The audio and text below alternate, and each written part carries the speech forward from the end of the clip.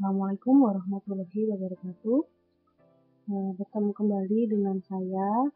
Kali ini saya akan menjelaskan, sebenarnya ini materi sisipan ya, jadi ini harusnya saya sampaikan di awal kita melakukan desain bejana untuk yang internal pressure. Nah ini ada beberapa hal yang ternyata belum sempat disampaikan ketika kelas saya tinggal untuk dinas di luar kota. Jadi sekarang saya sampaikan. Ini terkait dengan bagaimana kalau kita melakukan desain pada suatu bejana apabila terjadi fenomena di dalamnya, yaitu terjadi kontak antara fluida pada fase liquid dengan fluida pada fase gas.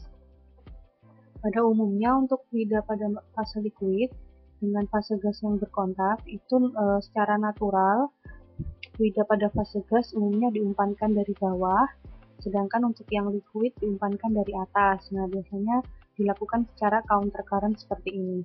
Nah, ini nanti akan saya coba berikan contoh soal lengkap dengan Excel-nya. Nanti silahkan teman-teman mencoba sendiri ya. Ini sebenarnya materi sisipan, jadi ini harusnya sudah di awal kemarin ya, cuman baru bisa saya sampaikan hari ini. Kemudian agenda hari ini juga dilanjutkan dengan nanti kalian mengerjakan latihan soal. Yang kali ini saya bebaskan ya, tidak harus menggunakan Excel. Nanti Anda bisa kerjakan latihan soalnya terkait dengan internal dan eksternal pressure vessel. Oke, yang pertama yang ingin saya contohkan hari ini adalah untuk yang nomor 2. Jadi sebuah bejana digunakan untuk mengkontakkan liquid dengan gas. Ketahui densitas gasnya 0,25 pound per feet kubik. Kemudian masuk bejana dengan laju 75.000 pound per jam, superficial velocity 5 feet per detik, liquid dengan densitas 50 feet per feet kubik, pound per feet kubik masuk dari bagian atas ya, laju alirnya sekian, tutup atasnya standar head, tutup bawahnya conical, ini sudut puncaknya 60 ya, 60 derajat, kemudian ruang kosongnya 50% dari volume liquid. Nah, di sini harus istilahnya hati-hati ya. Kemudian pertanyaannya, desainlah dimensi bejana tersebut. Sebelumnya saya sampaikan dulu terkait dengan definisi superficial velocity. Superficial velocity adalah kecepatan dari suatu fluida dengan asumsi bahwa dia merupakan kecepatan melewati luas penampang tertentu dengan asumsi tidak ada hal yang menghalangi luas penampang tersebut.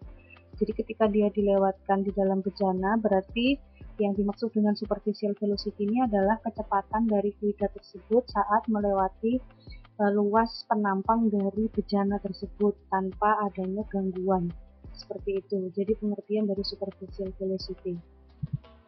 Nah, berikutnya akan saya tunjukkan bagaimana untuk pengerjaannya yang ada di Excel. Oke, seperti yang sudah saya jelaskan sebelumnya ya, bahwa soal yang tadi ya akan kita bawa ke spreadsheet yang ada di Excel.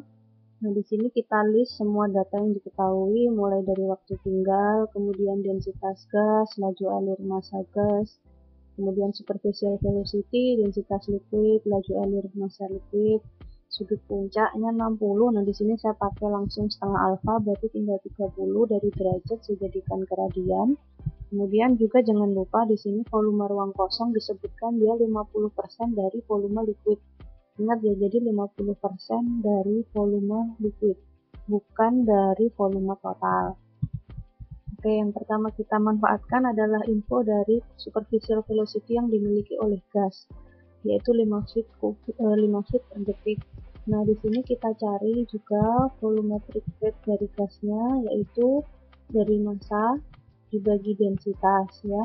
Massa dibagi densitas adalah volumetric rate, jadi dari feet kubik per jam. Kenapa kita bagi dengan 3600? Karena di sini Anda butuh datanya adalah feet kubik per detik, jadi dibagi dengan 3600. Berikutnya dari persamaan ini ya, kita lihat bahwa superficial velocity ini adalah volumetric rate dibagi dengan luas area. Sedangkan luas area dari bejana adalah pi per 4 d kuadrat, sama seperti luas lingkaran. Berarti kalau kita menginginkan nilai D adalah akar pangkat 2 dari volumetric rate dikali 4 per P dikali dengan superficial velocity. Sehingga nilai dari D didapatkan volumetric rate dikali 4 dibagi P dikali superficial velocity. Di sini saya pangkatkan setengah sebagai pengganti tanda akar. Sebenarnya Anda juga bisa menggunakan fungsi square root dari Excel, cuma di sini saya pakai yang pangkat setengah saja ya. Sehingga didapatkan nilai D-nya adalah 4,6 sekian feet ya. Nah, dari sini kita manfaatkan berikutnya adalah informasi dari volume fluida. Volume fluida didapatkan dari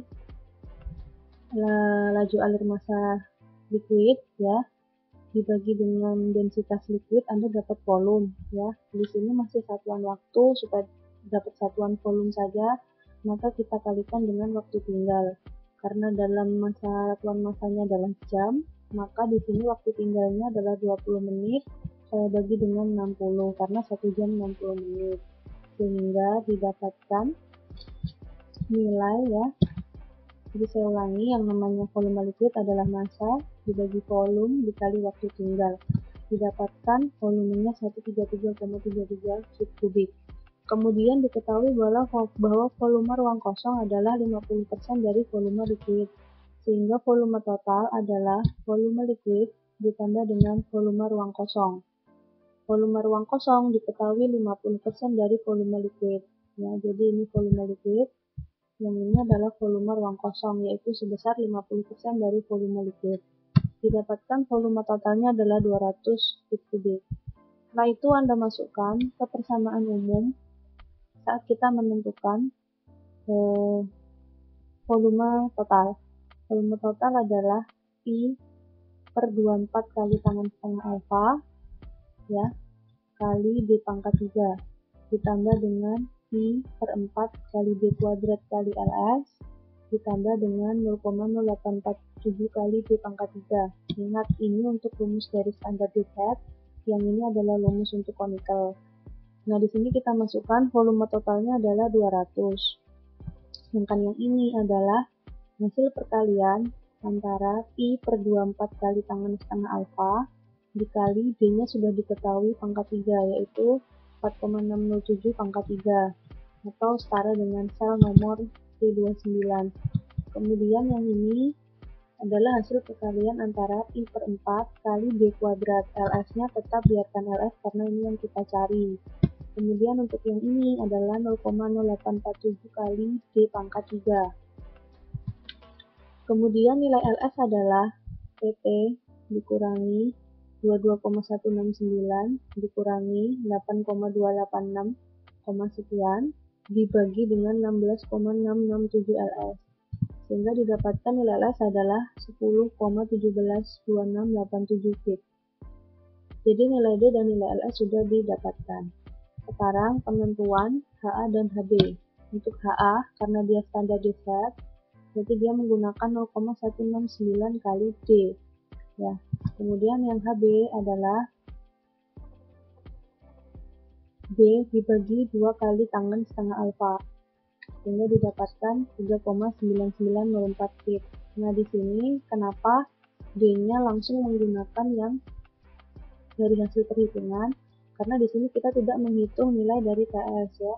Jadi kalau aktual kita melakukan desain nanti, nilai D di sini sebagai bekal Anda untuk kemudian bisa menghitung nilai tebal silinder ya. Apabila tebal silinder sudah fix, DO standar bisa didapatkan, DI-nya bisa diketahui, maka nanti nilai HA, HB, THA, THB harusnya berangkatnya dari kondisi yang sudah distandarisasi. Oke, silahkan mencoba. Nanti akan saya lampirkan Excel-nya dan jangan lupa setelah ini ada tugas. Tugasnya itu tidak akan saya wajibkan Anda ada di Excel, tapi kalau Anda menginginkan di sana ada Excel, Anda bisa berkreasi sendiri. Yang jelas di soal tersebut sudah akan mencangkup internal dan eksternal pressure, ya, mulai dari bagaimana desain ketika dia internal dan bagaimana desain ketika dia eksternal, plus harus bisa mendesain nozzle beserta sabuk pengaman pada saat dia kondisinya external pressure vessel. Oke, demikian yang bisa saya sampaikan.